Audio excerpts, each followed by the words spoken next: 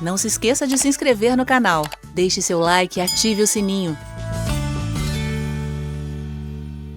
Fala, meu povo, como é que vocês estão? Tudo bem? Eu tô aqui hoje para trazer uma resposta. Muitas pessoas me mandaram um vídeo de um conterrâneo meu que reagiu a um trechinho de um dos meus vídeos que foi postado aí nas minhas redes sociais, e ele fez diversos comentários em cima do conteúdo desse trecho e me pediram para dar uma resposta para que isso servisse de explicação dos pontos que porventura tenham ficado mal compreendidos, né? Então, vamos lá. Para quem não sabe o que é calvinismo, eu vou falar rapidamente para você. Calvinismo é uma filosofia cristã que segue o nome de um homem chamado João Calvino, por isso o nome calvinismo. Mas o Calvino, João Calvino, na verdade ele era um discípulo, não discípulo da mesma época, porque não foi contemporâneo ao seu professor. Calvino, ele bebeu da fonte de um norte-africano chamado Agostinho. Sabe o santo Agostinho, o fundador da Igreja Católica Apostólica Romana? Fala-me Deus, Agostinho, fundador da Igreja Católica.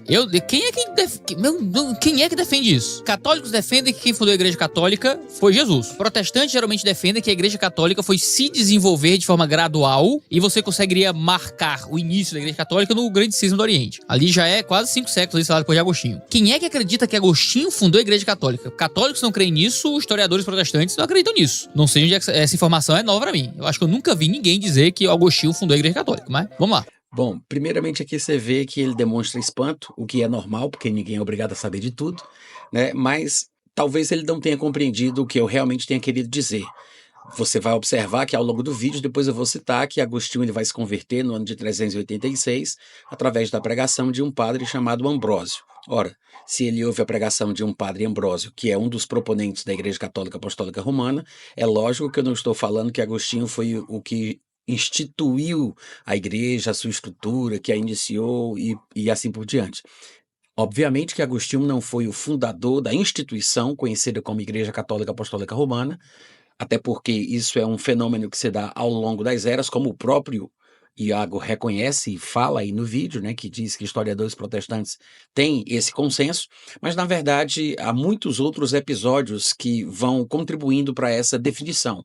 Não somente o cisma do Oriente, que ele mencionou, que vai acontecer no ano de 1054, como também a própria queda do Império Romano do Ocidente, no ano de 476, a legalização do cristianismo é feita por Constantino no ano de 313, o próprio Concílio de Nicéia, que define as doutrinas centrais principais consideradas pela Igreja no ano de 325, e não somente isso também, como o Édito de Tessalônica no ano de 380, quando o cristianismo vai se transformar numa espécie de religião oficial do Império Romano. Mas o que eu quis dizer é que Agostinho é aquele que fundamenta as doutrinas principais sobre as quais os dogmas, os credos do catolicismo romano vão se desenvolver.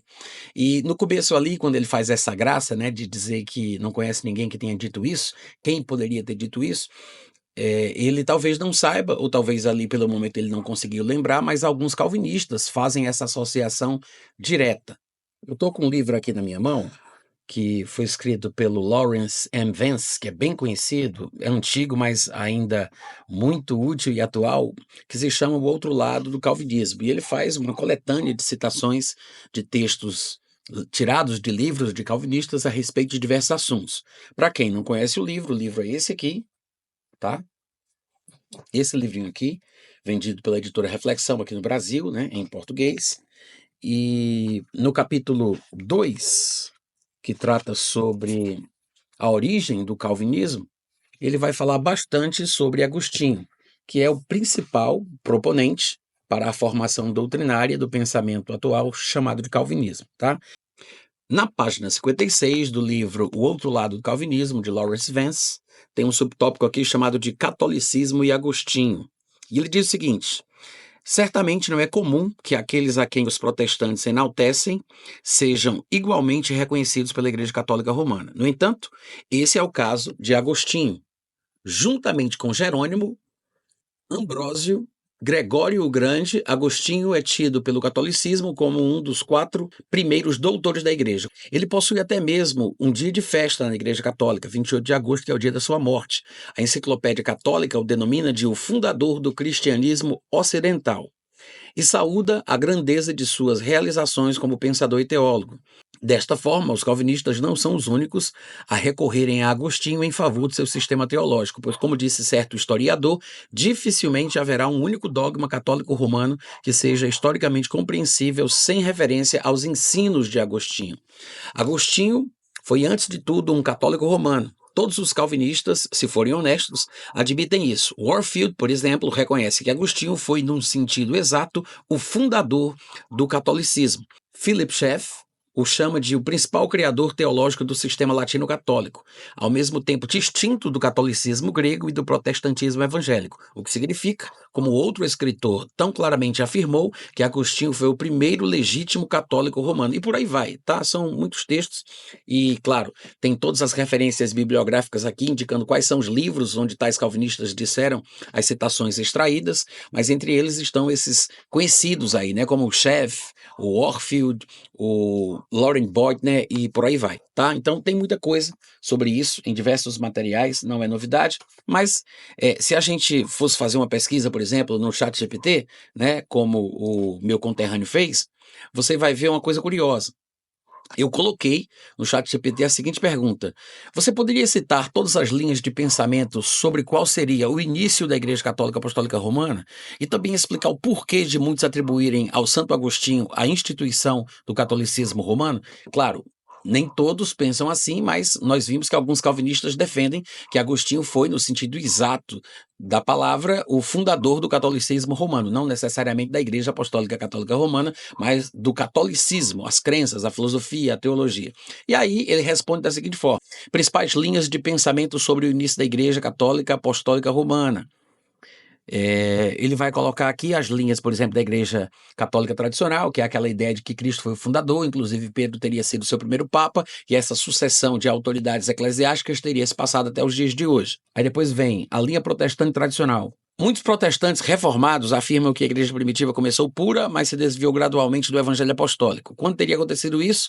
Alguns apontam para o IV século, com a conversão de Constantino e a cristianização do Império Romano, e outros apontam para o V século, especialmente após a influência de Agostinho.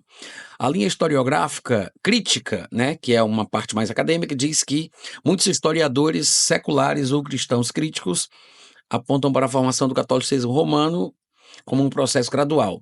Aí ele mostra alguns acontecimentos do século II, III, IV, V. No século II teve o começo da estrutura episcopal, bispos regionais, também conhecidos como os metropolitanos. Depois o bispo de Roma começa a ganhar autoridade especial no século III. No século IV vem Constantino, no ano de 313, né, quando ele legaliza o cristianismo. Ele associa ao poder imperial, sugere traços de institucionalização romana. Século V, com o Papa Leão I, a ideia do primado romano se fortalece. No ponto 2, por que muitos atribuem a Santo Agostinho a formação do catolicismo romano? As razões principais seriam a teologia forte da igreja. Agostinho reforçou ideias como a necessidade da submissão à igreja visível para a salvação. Fora da igreja não haveria salvação. A importância dos sacramentos administrados pela igreja institucional. A doutrina da graça e predestinação, suas ideias sobre o pecado original, a tal da graça irresistível e a impossibilidade da salvação fora da igreja moldaram o pensamento cristão ocidental. Tá? Resposta aos hereges: Agostinho combateu os donatistas, inclusive perseguindo, matando e colocando os princípios que vão ser usados depois na Inquisição, tá? Defendendo que a validade dos sacramentos não depende da santidade do ministro. Os pelagianos, que ele teria combatido também, insistindo na incapacidade humana sem a graça divina. Modelo para o poder da igreja. Agostinho defendia que o Estado podia usar a força para ajudar a igreja contra heresias, base para a teoria da espada da igreja na Idade Média e os fundamentos para a Inquisição, que vai surgir um pouco depois da morte de Agostinho. Muitos veem Agostinho como fundador intelectual do que se tornou a Igreja Católica medieval, pois suas ideias foram a base para a autoridade papal, a teologia sacramental, a dependência da graça via igreja e o uso da força pelo poder eclesiástico. Importante, Agostinho não fundou a Igreja Católica no sentido de instituí-la do zero, o que todo mundo já sabe, né? Ele foi um dos pensadores-chave que consolidou uma teologia que a Igreja de Roma adotou fortemente. Resumindo em uma frase, a Igreja Católica Romana, como estrutura, surgiu gradualmente, mas Agostinho foi fundamental para a formação da sua teologia e eclesiologia que marcaram a Igreja medieval. Então, era esse o sentido. Eu não sei por que as pessoas fazem tanta questão de rebater esse assunto, mas eu suspeito que seja porque ferir Agostinho ou associá-lo ao que nós chamamos de catolicismo apostólico romano, seja denegrir uma pessoa que para eles é muito importante. Mas isso é um fato histórico, não tem como negar, sendo reconhecido inclusive por historiadores calvinistas, como Loraine Boettner, e por outros calvinistas como Warfield e Philip Schaff.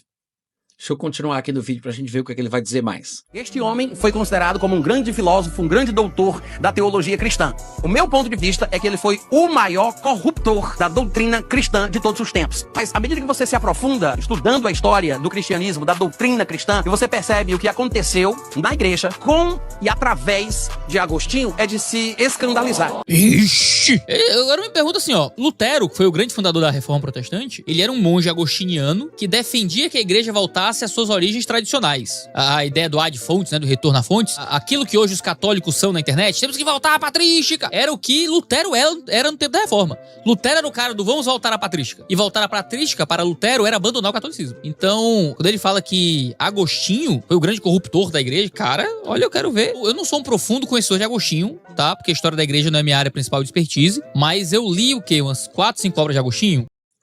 Então, deixa eu dar um pause aqui. Isso que ele fala aí é interessante, porque você observa que ele reconhece a verdade dos fatos, pelo menos parcialmente, né? Agostinho, ele tem várias fases na vida dele. Claro, ninguém é obrigado a saber de tudo sobre todas as coisas, mas Agostinho é uma das minhas especialidades. E eu tenho estudado a vida de Agostinho já faz algum tempo. Inclusive, eu tenho um livro escrito sobre isso, tá? Que é esse aqui, As Origens Gnósticas do Calvinismo. Para quem não sabe, ele está disponível aí no meu site, na minha loja online, que é loja.natarrufino.com. Tá bom? Mas Agostinho, ele nasce do ano de 354, se converte em 386.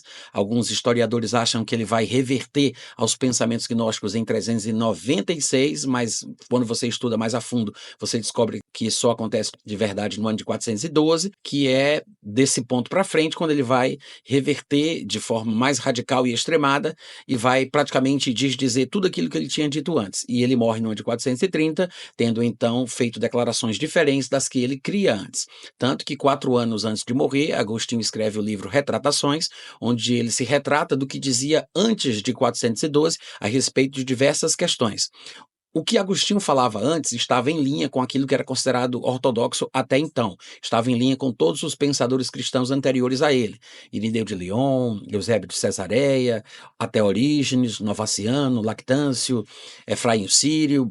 Praticamente todos diziam basicamente a mesma coisa que Agostinho disse até o ano de 412, quando então ele, através dos debates com Pelágio, ele vai se extremar e nessa tentativa de se sobrepor ao seu oponente, ele acaba radicalizando, afirmando coisas que se dizia no gnosticismo e no maniqueísmo. E essa é uma informação bastante popular, coisa que você consegue encontrar inclusive na internet. Eu sei que logo depois aí o Iago ele vai procurar no GPT e vai procurar na inteligência artificial, mas parece que ele não encontra a informação que ele gostaria de ter a respeito do assunto, tá? Mas se você quiser ter uma noção do que Agostinho diz no final da vida, basta que você leia, por exemplo, você pode, se quiser, ler o livro Retratações, é um livro que talvez você não entenda se você não souber ao que ele está se referindo, mas o livro A Graça 2, publicado pela editora Paulus, contém 4 livros de Agostinho que ele escreveu antes da sua morte. Nesse livro, A Graça 2, publicado pela editora Paulus, Agostinho reúne 4 livros nos anos 427, 429, é um pouco antes dele morrer, que ele vai falecer no ano de 430, né? Mas os 4 livros contidos neste volume, chamado de A Graça 2, publicado pela editora Paulus aqui no Brasil, estão os livros A Graça e a Liberdade, A Correção e a Graça, A Predestinação dos Santos e o Dom da Perseverança. Então, eu acho que se você ler esse livro, você vai ter uma base geral do que ele cria no final da vida, que é o ponto mais importante.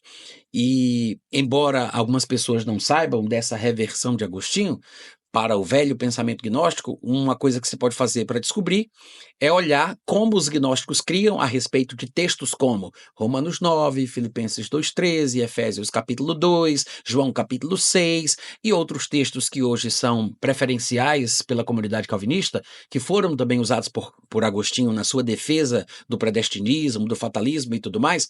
Basta que você olhe como os gnósticos criam, como eles interpretavam esses textos, porque os gnósticos também eram cristãos, se consideravam cristãos, e eles faziam uso dos textos canônicos, ortodoxos, embora mesclassem com os supostos mistérios, os livros secretos que eles possuíam, inspirados por esse viés predestinista que fazia parte do gnosticismo, tá? Mas quando você investiga como criam os gnósticos antes da era de Agostinho, e depois você vai perceber o que se transforma em ortodoxia através da influência de Agostinho, você observa que, na verdade, o pensamento gnóstico ele é assimilado como ortodoxo através da pena de Agostinho. E alguns livros podem ajudar a gente a perceber isso, tá? Eu vou aqui citar alguns, mas não são os únicos, mas para você que tem interesse de fazer uma pesquisa mais profunda, talvez até mais acadêmica, né? Sei que isso não é para todo mundo, mas é bom a gente deixar registrado aqui, porque tem gente que gostaria realmente de saber. Então, você pode procurar os livros Comentário do Evangelho de João, que foi feito por Orígenes. Orígenes, ele escreveu, se eu não estiver enganado, 3 comentários bíblicos importantes que têm o propósito de combater especificamente a doutrina gnóstica. E, obviamente, que nesses comentários ele vai refutar a doutrina gnóstica, que usa versículos e textos da Bíblia para defender a sua interpretação predestinista e fatalista, tá? Então, o Comentário do Evangelho de João, escrito por Orígenes, contém fragmentos de um gnóstico chamado Heraclion, que fazia interpretações predestinistas das passagens populares na comunidade calvinista, como João 6 e outras passagens do Evangelho de João, João 8 e outros textos também. Então, nesse texto, nesse comentário do Evangelho de João escrito por Orígenes, nós temos o registro histórico do que era crido pelos gnósticos e de como aquilo era refutado pelos que estavam mais próximos da ortodoxia cristã, tá? Como no caso de Orígenes. Além do comentário do Evangelho de João, Orígenes também escreveu o livro Tratado sobre os Princípios, que foi publicado em português pela editora Paulus, que é o volume 29, onde ele tem o propósito de refutar interpretações gnósticas de Romanos 9, versículo por versículo, de Filipenses 2, de Efésios 2 e de outras passagens também. E o outro livro de Orígenes, que também combate a interpretação gnóstica no seu sentido predestinista, é o Comentário de Orígenes sobre o livro de Romanos, tá? Eu não sei se esse livro existe em português, mas existe uma editora norte-americana que publicou textos dos pais da igreja. E um desses materiais é o livro de Orígenes, que é um comentário à Epístola aos Romanos, feita por ele na sua época. E essa editora publicou todo o trabalho de Orígenes em 2 livros. É um livro com 2 volumes, tá? E esses volumes publicados por essa editora, contém os livros originais de Orígenes, e Orígenes vai fazendo comentários a respeito de toda a Epístola aos Romanos, e o livro 7 de Orígenes contém o comentário dele sobre o capítulo 9 da Epístola aos Romanos. E nesse livro 7, publicado por essa editora, que se encontra no 2º volume, que são dos livros 6 ao 10, Orígenes fala bastante sobre a interpretação gnóstica e sobre o predestinismo, o fatalismo, essa suposta escolha de Deus prévia de quem vai para o céu e quem vai para o inferno, que eram crenças gnósticas, e isso foi escrito 170 anos antes da controvérsia que vai surgir entre Agostinho e Pelágio. Isso se torna particularmente importante porque mostra para a gente que o que a igreja combatia era o pensamento predestinista gnóstico, que também vai ser o pensamento de Agostinho durante 10 anos antes dele se converter ao cristianismo. O livro que eu estou falando é esse aqui, tá? Eu imprimi apenas o livro 7, que é o livro onde Orígenes vai rebater a interpretação gnóstica do capítulo 9 de Romanos, mas não é o único livro onde você vai encontrar o que os gnósticos acreditavam, para que você possa entender por que é comum se dizer que Agostinho reverteu ao pensamento maniqueísta ou gnóstico depois de 412. Outro livro onde você vai encontrar informações relacionadas ao tema deste combate da igreja contra o predestinismo gnóstico vai ser o livro de Irineu de Lyon, escrito no ano de 180, como você pode ver aqui na minha mão, publicado pela editora Paulus, que faz parte daquela mesma série onde está o livro de Orígenes chamado de Tratado sobre os Princípios, onde ele também combate a interpretação gnóstica. E nesse livro, Irineu de Lyon basicamente fala as mesmas coisas de Orígenes, com o detalhamento ainda maior sobre a estrutura do pensamento gnóstico e diversas outras questões, mas todos os livros são válidos para que você possa entender o que era o gnosticismo, como o gnosticismo cria e interpretava os textos da Bíblia, para que você possa raciocinar depois, posteriormente, por que se diz que Agostinho ele reverte aos velhos pensamentos gnósticos. Porque nós temos o registro histórico de como a igreja combatia a interpretação predestinista de Romanos 9 e de outros textos do Novo Testamento. Você vai encontrar também livros como O Fundamento do Calvinismo Agostiniano, do médico norte-americano chamado Ken Wilson. Você vai encontrar também uma apresentação histórica, esse é o nome do livro, tá? Uma apresentação histórica do agostinianismo e do pelagianismo a partir das fontes originais, que foi publicado no ano de 1840, mostrando os textos de cada um destes escritores, fazendo a relação entre o que cada um acreditava e o que eles têm a dizer a respeito do assunto. Você também pode encontrar aí na internet uma tese de doutorado do asiático Kam Lung Edwin Lee, que eu tenho aqui impresso na minha mão, mas eu não encontrei o livro, né, sendo vendido, eu encontrei apenas a tese dele digital, e o nome desse livro é Agostinho, o Maniqueísmo e o Bem, onde ele acredita que Agostinho vai reverter aos velhos pensamentos gnósticos de viés maniqueísta, quando ele debate com seus colegas, antigos colegas de maniqueísmo, como Félix, Fausto, Fortunato e por aí vai, tá? Não são os únicos livros que fazem as mesmas apresentações, que chegam às mesmas conclusões, mas eu acho que é suficiente para vocês pesquisarem e entenderem a respeito do tema. Deixa eu ver, eu li Cidade de Deus inteiro, eu li os Sermões de Braquete de Roma, que foi os textos que deram início à Cidade de Deus, eu li Confissões, eu li alguma coleção de Sermões de Agostinho faz um tempo já, eu li o Livre-Arbítrio do Agostinho, longo, grande, é realizações que publicou, é muito bom, eu li a Trindade, já comentei a Trindade do Agostinho, li do mestrado, eu li uns 6, 7 livros do Agostinho aí, tentando lembrar quais foram todos. Dizer que Agostinho foi o grande corruptor, rapaz, chocado, viu? Eu queria saber, vamos ver quais são os argumentos que ele vai dar aí pra descer o cacete em Agostinho desse jeito. Você vai entender à medida que a gente estiver falando, mas, resumidamente, Agostinho, ele nasceu no ano 354 depois de Cristo, se converte no ano de 386, mais ou menos, com a pregação de um padre chamado Ambrósio. Ele começa a mudar as concepções cristãs que ele defendia no ano de 412 e ele vai morrer no ano de 430. No texto aqui que aparece na tela, diz que Agostinho volta pro gnosticismo. Agostinho era um maniqueísta, né? Ele era de uma seita, né? Que seguia um cara chamado Maniqueu, que tinha uma forte influência gnóstica, assim. Agostinho voltou ao gnosticismo? Essa informação nunca tive na minha vida, gente. Olha, eu posso ser um completo ignorante aqui, mas... Agostinho voltou para o gnosticismo? É uma pergunta importante, tá? Segundo a IA do Google, Agostinho não voltou ao gnosticismo. Ele se aproximou do maniqueísmo, que eu falei agora há pouco, tinha elementos de gnosticismo, ao se converter ao cristianismo, só no forte crítico, não volta. Aqui no Google, todas as fontes que falam de Agostinho voltando ao gnosticismo é desse homem, desse pastor, esse Natan. Não tem nenhuma outra fonte em português aqui no Google que não seja ele dizendo isso. Did Augustine return to Gnosticism? Deixa eu ver. Enciclopédia Católica de Filosofia. Agostinho nunca voltou pro gnosticismo. Universidade de Michigan. Tá aqui a data da vida dele. Deixa eu ver. Bispo de Hipona. Seus anos finais. Morreu como um cristão. Nada sobre ele ter voltado ao gnosticismo. Rapaz, o GPT me ajuda aqui? Oi, chat, meu brother. Tudo bom? Eu vi um pastor aqui dizendo que o Agostinho de Hipona voltou pro gnosticismo. É isso mesmo? Ou ele tá maluco, tá doidão? Fala, meu brother, tudo tranquilo? Tudo sim. Cara, essa ideia de Agostinho de Hipona voltou pro gnosticismo é muito errada. Deixa eu fazer aqui uma pesquisinha rápida no chat GPT, só que eu vou perguntar da seguinte forma. Quais doutrinas tardias de Agostinho estão diretamente relacionadas ao gnosticismo?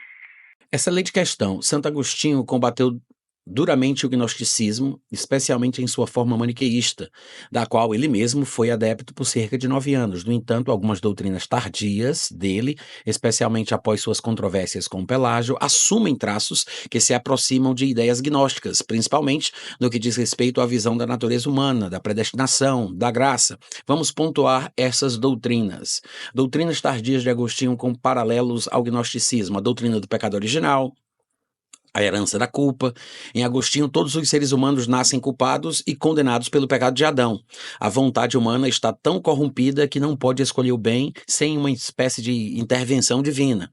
O paralelo gnóstico ou maniqueísta é que a ideia de que o mal está intrinsecamente presente na carne ou na natureza humana. Nos sistemas gnósticos, há um dualismo radical entre a matéria, que é má, e o espírito, que é bom. Embora Agostinho tenha rejeitado este dualismo, sua visão extremamente negativa da carne tem tons semelhantes. Ponto 2. A graça irresistível e predestinação absoluta. Em Agostinho, tardiamente, ou seja, na segunda fase da vida dele como crente, como cristão, né? Deus escolhe incondicionalmente quem será salvo e não oferece graça eficaz a todos. A salvação não depende da livre resposta humana, o ser humano é passivo na conversão. O paralelo gnóstico é que, para muitos gnósticos, a salvação é apenas para os eleitos gnósticos, escolhidos por natureza divina e não por escolha ou mérito. O papel ativo de Deus em salvar apenas alguns também aparece em sistemas gnósticos mais deterministas. Ponto 3. A concepção de liberdade reduzida. Agostinho tardiamente dizia que a vontade humana não é livre no sentido pleno após a queda. Ela só pode escolher o mal sem a graça de Deus. Paralelo gnóstico ou maniqueísta é que os maniqueus veem os seres humanos como escravos da matéria e determinados por forças cósmicas, que aqui a gente interpreta como Deus, né? Ponto 4. A doutrina da dupla predestinação implícita. Agostinho, embora ele nunca tenha usado o termo explicitamente, sua lógica teológica leva à ideia de que Deus criou algumas pessoas para a perdição ao não lhes dar a graça eficaz. E o paralelo gnóstico é de que a divisão entre os eleitos, os pneumáticos, e os condenados, os ílicos, está presente em muitas seitas gnósticas. Os ílicos estariam destinados, na verdade predestinados antes de nascer, à perdição desde o início. E aí ele fala que Agostinho não era gnóstico, combatia duramente o gnosticismo, isso no começo da vida dele, especialmente o maniqueísmo. Contudo, após suas controvérsias com os pelagianos, suas doutrinas assumiram tons mais deterministas e sombrios, que lembram alguns elementos do gnosticismo que ele mesmo havia rejeitado anteriormente. Resumindo, nós temos de um lado aqui a doutrina de Agostinho e na outra coluna da direita o elemento gnóstico semelhante. Agostinho falava sobre o pecado original total e os gnósticos falavam da natureza humana intrinsecamente corrompida. O Agostinho falava sobre a graça irresistível e os gnósticos falavam da eleição espiritual exclusiva. Agostinho falava da predestinação absoluta e os gnósticos falavam de uma salvação apenas para alguns, por causa da sua natureza pneumática. Agostinho falava sobre a liberdade humana ser negada e os gnósticos também falavam de uma escravidão da alma presa à matéria. E é assim, tá, gente? Você tem que fazer as perguntas certas, saber como procurar para que você encontre aquilo que você realmente está querendo saber, tá? O ideal é sair da bolha. Se você continuar na bolha, sempre pensando da mesma forma, você nem vai saber como perguntar para encontrar a resposta que você precisa, tá bom? Tem muitos outros textos, eu não vou falar bastante, eu acho que esse vídeo já está longo demais, eu nem costumo fazer esse tipo de resposta, mas para quem quiser realmente mais informações, com toda a referência bibliográfica bem detalhada, leia esse livro, tá? As Origens Gnósticas do Calvinismo. Fala bastante sobre isso, tem tudo que você precisa aqui. Sem muito estresse, você encontra tudo num só lugar. Beijo no coração, fica com Deus, tchau, tchau.